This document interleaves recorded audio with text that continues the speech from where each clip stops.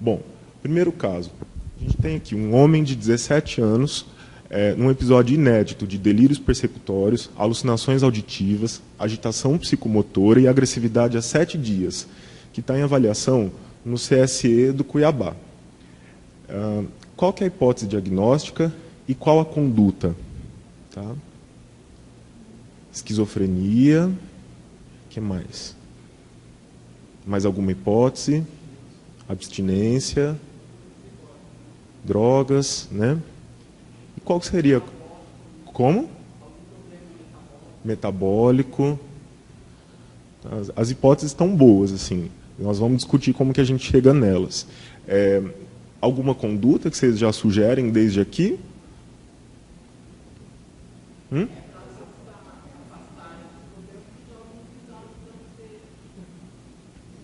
Excluir, então, algumas condições, né?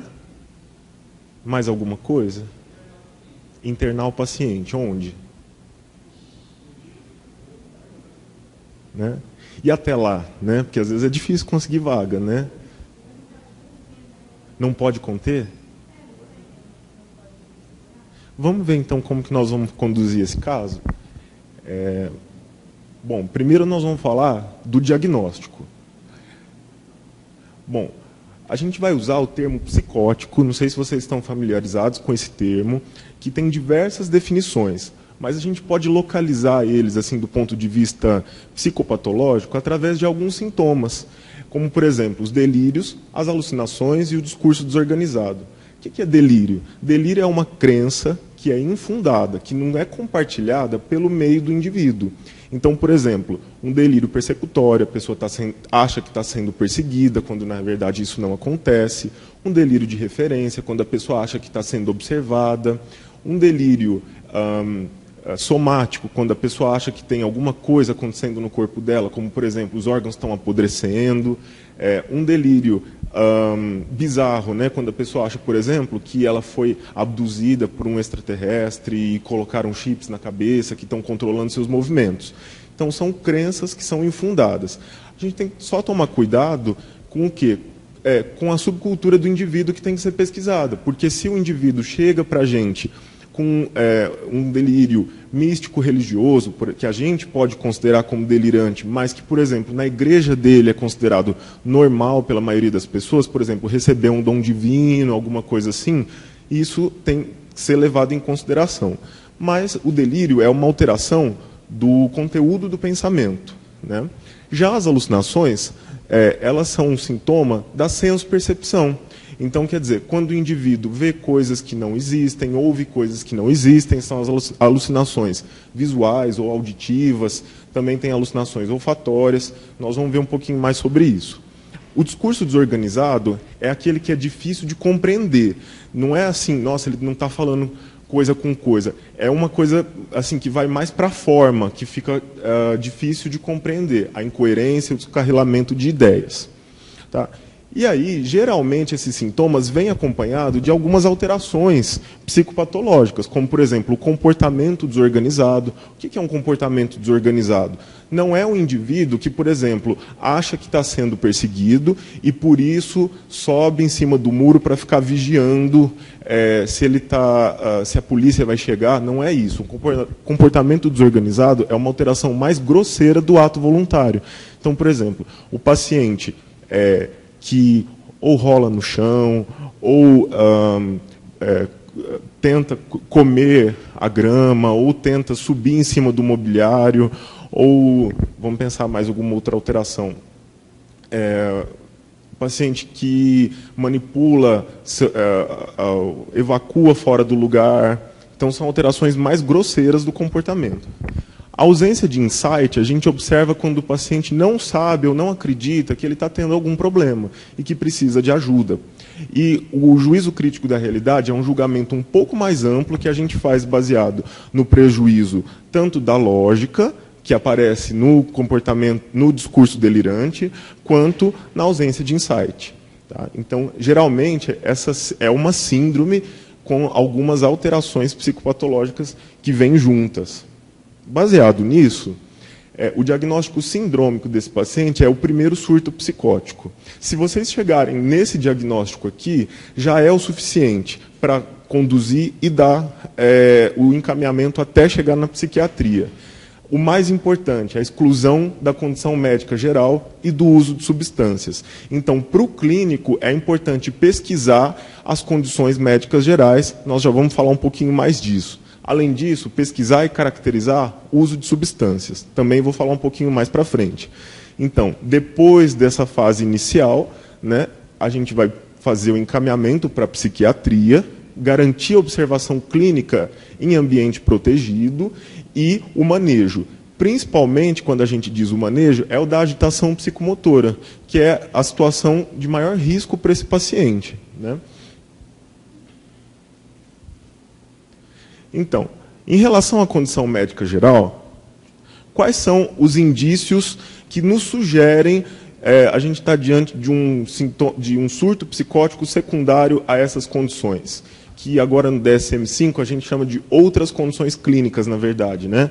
É a relação temporal entre os sintomas físicos e os sintomas psiquiátricos, então isso tem que ser correlacionado na anamnese. A apresentação atípica de sintomatologia psiquiátrica. Vou dar um exemplo para vocês. Um paciente que apresenta um surto psicótico com manifestações de agitação psicomotora, que vem, por exemplo, em salvas, e no meio dessas agitações, ele fica tranquilo e apresenta insight, e até fala, nossa, eu não me reconheço nessa situação. Isso tem que ser pesquisado, porque não é comum. Então, nesse caso, por exemplo, já tivemos pacientes assim que chegaram para a gente na unidade de emergência, e aí a gente pediu uma avaliação conjunta da neuro, pediu eletroencefalograma, era uma forma de status epilético, por exemplo. Tá? Então, nós temos que observar apresentações atípicas de sintomatologia. A idade de início não habitual. Então, pacientes muito jovens, na infância ou início da adolescência, ou pacientes idosos, em que o primeiro surto, por condições psiquiátricas primárias, não é tão comum. A evolução atípica e a má resposta ao tratamento medicamentoso, porque sugere que alguma outra situação de base está mantendo aquela sintomatologia. Para a investigação do uso de substâncias psicoativas, que pode ser tanto o fator causal aí mais importante quanto uma comorbidade, a gente vai ter que fazer a relação temporal entre o uso da substância e os sintomas psicóticos. Então, o paciente fez uso de cocaína ou crack e logo depois apresentou sintomas psicóticos. A gente tem que ficar atento para essa relação. Bom, no nosso manejo, a gente tem que lembrar o quê? Que o paciente apresenta um crescendo aí de gravidade na manifestação da agitação, que vai desde uma inquietação até uma franca agitação psicomotora, que pode evoluir para agressão verbal e a gente não tem que deixar evoluir para agressão física. Então, nós temos que fazer a intervenção precoce aqui para evitar a progressão do comportamento agressivo. Essa intervenção não é só com medicação, mas também inclui o manejo ambiental e atitudinal. Então, por exemplo, deixar o paciente num setor mais reservado, muitas vezes é difícil, dentro do nosso exemplo ali do CSE Cuiabá, uma enfermagem mais preparada, que atenda às solicitações de uma forma mais rápida, a verificação de fome, sede, conforto térmico, a postura para conversar firme, sem negociações, né? Ao mesmo tempo, também sem manifestação agressiva, né? E aí, então, se não dá certo, o manejo farmacológico. No manejo farmacológico, a gente primeiro valoriza a medicação por via oral, que é uma situação menos invasiva, que a gente tenta oferecer para o paciente. Se ele não aceitar, ou a gente precisar de uma ação mais rápida da medicação, aí sim a gente faz a medicação intramuscular. Vou depois falar sobre elas.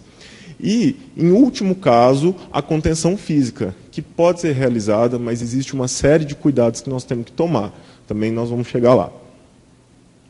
Dentre as medicações que a gente vai usar, são o quê? Os antipsicóticos e os benzodiazepínicos principalmente. Então, nós temos os antipsicóticos que tradicionalmente são divididos em antipsicóticos de primeira geração ou convencionais. Dentre eles, o que vocês mais frequentemente vão encontrar nos serviços são a clorpromazina e o haloperidol, né? Embora aqui de baixa potência, nós vamos discutir os efeitos deles, e os de nova geração, segunda geração ou atípicos, né? Por exemplo, olanzapina, quetiapina e ziprasidona, que são menos disponíveis nesse contexto que vocês vão estar na rede, que o clínico vai se deparar. Temos os benzodiazepínicos, que vocês já estão mais familiarizados, o diazepam, o lorazepam, o midazolam, e nós podemos fazer associação de medicações. Vou mostrar como. A clorpromazina, apesar aqui de baixa potência do ponto de vista antipsicótico, devido à ligação aos receptores, D2 lá. Mas o que a gente tem que saber? Que, apesar disso aqui, os efeitos colaterais da clorpromazina são bastante importantes. Então, tem que ter cuidado com a medicação, porque ela pode promover uma sedação excessiva, hipotensão, arritmias cardíacas e diminuição do limiar convulsivo. Lembrar que os principais nomes comerciais da clorpromazina já sinalizam isso para a gente. Longatil, ampliquitil, significam o quê? Que a ação sobre receptores é ampla, existe uma ampla gama de receptores que está sendo ativada pela clorpromazina, seja receptores adrenérgicos ou muscarínicos, que vão estar relacionados com esses efeitos colaterais. Já o haloperidol, ele tem menor risco de sedação excessiva, hipotensão, efeitos sobre o limiar convulsivo, mas, por outro lado, ele tem o problema dos sintomas extrapiramidais, tremores, bradicinesia, rigidez muscular, né, e até a possibilidade de evolução para um quadro grave que a gente chama síndrome neuroléptica maligna. Já os antipsicóticos de nova geração ou atípicos, nós temos aí a olanzapina, a ziprasidona. Essas medicações, na situação da emergência, elas têm um melhor perfil de efeitos colaterais, com menos sedação, mas elas são menos disponíveis, elas têm um mais alto custo. Eu estou colocando aqui melhor perfil de efeitos colaterais nesse contexto, porque se eu estivesse falando do tratamento desses pacientes a longo prazo, aí aparecem outros efeitos colaterais, como, por exemplo, aqueles relacionados com síndrome metabólica, ganho de peso, dislipidemia, diabetes mellitus. Então, não é nesse contexto que eu estou falando, é só aqui no contexto da emergência. Dos benzodiazepínicos, a gente tem ação sedativa e ansiolítica, mas como principais efeitos colaterais que a gente tem que lembrar, a depressão respiratória, sedação excessiva e a desinibição paradoxal, que pode acontecer no mecanismo parecido do álcool, né, que em vez de sedar fica inicialmente mais desinibido, mas que pode ser mais importante em pacientes idosos, em crianças ou pacientes com alguma forma de deficiência intelectual. Então, isso tem que ser levado em consideração. Quando a gente vai tentar evitar os benzodiazepínicos? Nas situações de intoxicação por álcool, barbitúricos ou opioides, devido à depressão do sistema nervoso central, que vai ser potencializada. E além de pacientes com função respiratória prejudicada, né, no caso do DPOC, devido aqui à questão respiratória, ou com suspeita de TCE, em que o drive pode ser comprometido.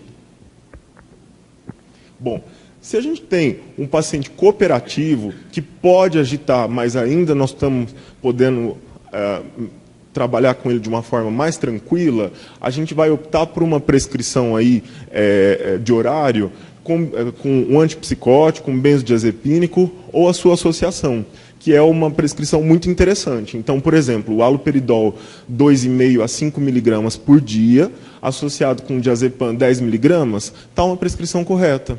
Outra forma aqui de associação pode ser a risperidona, que é um antipsicótico também, 2 mg, com lorazepam 2 mg. Bom, se a condição médica geral estiver presente, aquela que a gente ainda não descartou lá no começo, a gente pode evitar no começo os benzodiazepínicos e privilegiar o uso do antipsicótico, que aí a gente não está errando. Bom, se o paciente não estiver cooperativo, agitado ou risco de violência ou fuga, nós já vamos o quê? Escolher a medicação intramuscular, que tem um início de ação mais rápido. Nós vamos fazer para os pacientes que têm uma condição médica geral, evitando então os benzodiazepínicos, o haloperidol, numa dose de 2,5 a 5 miligramas, por exemplo, a olanzapina, que seria aqui, ó, 5 a 10, meia a 1 ampolas, e prazidona também. Se tem um paciente que está intoxicado por estimulantes, aí sim, né, compensaria fazer o benzodiazepínico, o dormonide, o midazolam intramuscular ou o diazepam, que pode ser endovenoso aqui nesse caso.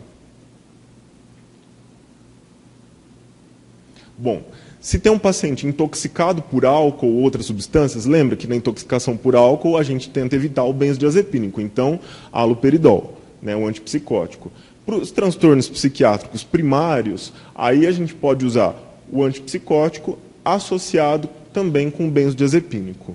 Então, ó, haloperidol com midazolam. Então, assim, em termos, se alguém, aqui o pessoal que presta prova, se deparar com uma questão dessa, não vai errar se escolher essa associação aqui, sempre levando em conta aquelas contraindicações ao benzodiazepínico, no caso da condição médica, no caso da intoxicação por álcool. Nas gestantes, a gente também evita o benzodiazepínico, devido ao efeito sobre o feto. Então, a gente usa o haloperidol. Esse sim pode ser usado na gestante. Bom, na escolha da medicação, então, a gente tem que levar em conta a idade, o sexo, o IMC, as medicações prescritas anteriormente e o possível uso de substâncias. No caso do uso de substâncias, porque geralmente pacientes que fazem uso de múltiplas substâncias vão precisar de doses maiores para serem sedados. Pacientes que mais jovens ou mais idosos e com IMC menor, geralmente precisam de menos dose. Então, é melhor começar com uma dose menor, metade ali da dose, e a gente depois fazer uma segunda medicação. E, claro, as medicações prescritas anteriormente, por quê? Primeiro, se o paciente aceitou, teve algum efeito colateral grave. Segundo, que se não teve, a gente sempre opta por manter a mesma prescrição. Importante que quando a gente faz uma medicação, a gente reavalia o paciente sempre a cada 30 minutos, verificando os sinais vitais e o nível de agitação psicomotora. Então, no caso da contenção, se a gente precisou fazer, a gente não contém o paciente, deixa ele e volta amanhã de manhã. A gente tem que fazer a medicação com sinais vitais, se possível antes, se não possível depois, né? E depois, a cada 30 minutos, pelo menos, vamos fazendo reavaliações, tanto de sinais vitais quanto do nível de agitação. Em caso de necessidade de medicação adicional, a gente procura repetir a droga ou a combinação delas na mesma dose. Agora, lembrar que, por exemplo, para aquele paciente lá do caso do primeiro slide, eu optei por fazer, se ele agitou, haloperidol mais o midazolam. Mas esse paciente evoluiu com tremores, rigidez, bradicinesia. Ele pode ou não ter evoluído com distonia cervical e de língua, uma crise oculógera ou mesmo acatisia. Vocês lembram o que é acatisia?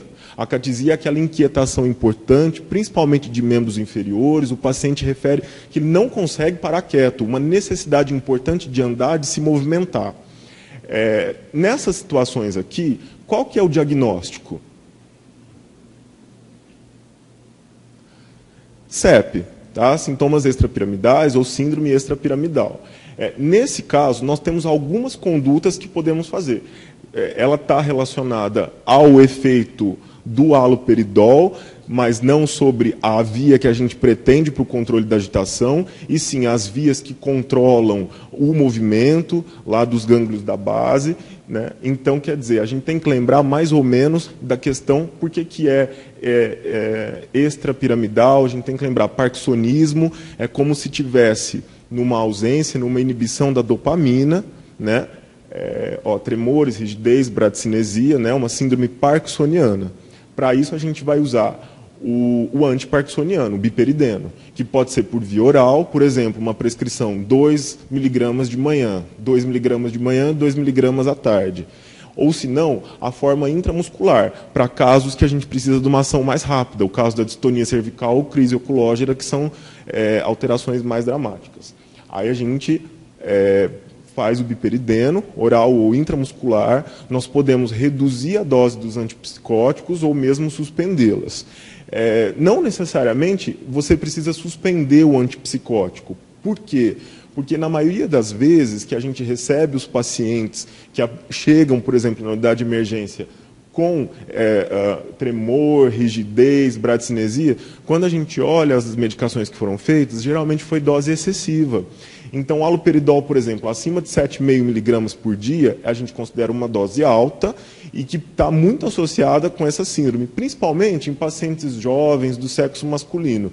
Nesse caso, a gente pode tentar uma redução da dose, associando com um benzodiazepínico, por exemplo, lá na nossa prescrição diária, ao benzo por via oral, e manter o antipsicótico. Em casos extremos, a gente suspende temporariamente ou considera a troca de antipsicótico por algum que dê menos efeitos extrapiramidais, como os antipsicóticos atípicos, risperidona, quetiapina ou lanzapina. Então, aqui vocês não precisam guardar todos esses nomes. Se vocês conseguirem guardar que tive que excluir condição médica geral e uso de substância, sobram, né, outras 2 cores aqui. Então, se guardar só que tem 3 cores aqui, ó, por quê? No outro, nós temos os transtornos de humor e no outro, os transtornos da família da esquizofrenia. Aqui não vai interessar para vocês fazer o diagnóstico se é transtorno esquizofreniforme, se é transtorno... Não, não precisa. O que precisa guardar? Então, tem a condição médica geral e uso de substâncias? Foi excluída? Foi. Me sobram 2 famílias de transtorno psiquiátrico primário. O episódio maníaco ou depressivo, com os sintomas psicóticos, portanto, os transtornos de humor. E se a gente excluir esses aqui, são os transtornos da família da esquizofrenia. Tá? Bom, para os exames complementares que a gente sugere, né, o protocolo de primeiro surto, que a gente, por exemplo, faz na unidade de emergência, a gente faz todos esses exames aqui, o hemograma, a glicemia, os eletrólitos, a função renal e hepática, a função tireoidiana, a pesquisa do FAM, as sorologias, né, o HIV, o ELISA e o VDRL, os exames de neuroimagem, que eu vou falar logo em seguida, e o screening para drogas, que eu também vou detalhar um pouquinho. Em relação aos exames de imagem, a literatura é controversa ainda sobre qual exame a gente solicita, em quais situações. Por quê? Do ponto de vista de saúde pública, talvez o gasto não corresponda ao quanto de alterações que a gente encontra, que é raro encontrar alterações nos exames de imagem para pacientes com transtorno psicótico primário. Mas, se nesses pacientes a gente encontra alguma alteração, a mudança da conduta é dramática. E, claro, para a condição do paciente, seja em termos de sintomas, seja em termos até de sobrevida, dependendo da lesão que tiver sido identificada. Então, se houver disponibilidade, a gente recomenda fazer. Por exemplo, na unidade de emergência, a gente faz a tomografia. Se uma situação mais favorável, a ressonância pode ser solicitada. Quando que esses exames são recomendados? Sempre que houver sinais e sintomas neurológicos associados, quando a psicose tiver uma apresentação atípica, como naquele caso que eu descrevi para vocês, se tiver sintomas sugestivos de delírio e se o paciente tiver mais de 50 anos, porque nesse caso, como eu falei já, os transtornos psicóticos primários são menos comuns de aparecerem de forma inédita, né? Bom, tendo terminado isso, a gente fechou essa primeira questão, as outras vão ficar mais fáceis. Ó. No segundo caso, nós temos uma mulher de 70 anos que tem sepse de foco primário em antibiótico terapia lá na enfermaria de clínica médica. E ela evoluiu com agitação psicomotora no período noturno. O que ela faz lá? Retira o acesso, xinga a equipe, confunde os enfermeiros com familiares, pensa que está na sua casa lá no sítio. Não é uma situação que vocês frequentemente encontram na enfermaria? Como que a gente vai conduzir essa situação? Qual é a opção? Agora ficou fácil, né? A opção aqui é o haloperidol. Nós não vamos usar para essa senhora o midazolam, que é um benzodiazepínico que pode piorar um estado que aparece secundário aqui, provavelmente é uma condição médica geral. Nós não vamos usar lítio, essa paciente não tem necessidade, não é um quadro de humor, e as outras situações aqui também não tem nada a ver. Eu recomendo para vocês quando tiverem possibilidade de entrar na revista Medicina, no site lá da Faculdade de Medicina de Ribeirão Preto da USP, no ano de 2010, tem uma revisão muito interessante da equipe da geriatria. Então, essa revisão é sobre delirium, né? Que é o pessoal aqui, ó, lá do Departamento de Clínica Médica que organizou. É uma revisão muito boa e nela tem essa tabela aqui que é muito interessante. Então, por exemplo, ele discute o haloperidol, né, numa dose que ele coloca aqui, ó, baixa, de 0,5 a 1 miligrama oral. Nesse caso, de uma paciente de 70 anos, a gente lembra, tenta uma dose mais baixa primeiro, titulando até uma sedação leve. Nesse caso, que ela pode ser usada inclusive intramuscular se a agitação extrema, e a gente reavalia a cada meia hora. Lembra que eu falei que a gente reavalia? O pico de ação é de 20 a 40 minutos, então não faz sentido a gente repetir a medicação antes disso, tá? Os efeitos adversos principais da escolha que nós fizemos na questão lá são os efeitos extrapiramidais, mas também o prolongamento de intervalo QT e o risco da síndrome neuroléptica maligna.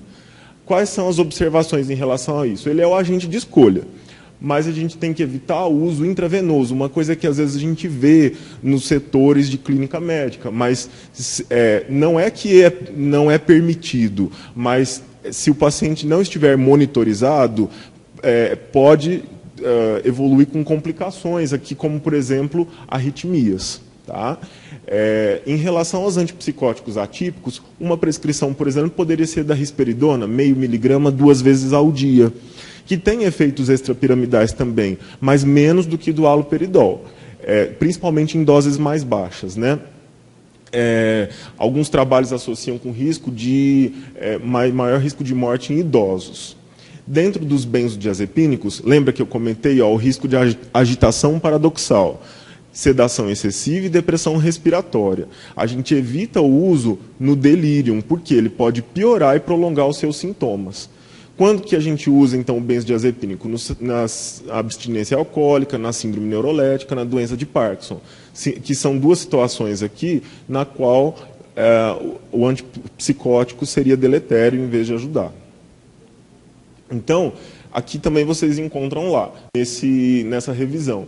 Se você tem que caracterizar a função cognitiva e as mudanças recentes. Porque, se for uma alteração crônica, depois esse paciente vai ser encaminhado para investigação de demência. Mas, se for uma alteração aguda do estado mental, a gente parte para a hipótese diagnóstica do delírio.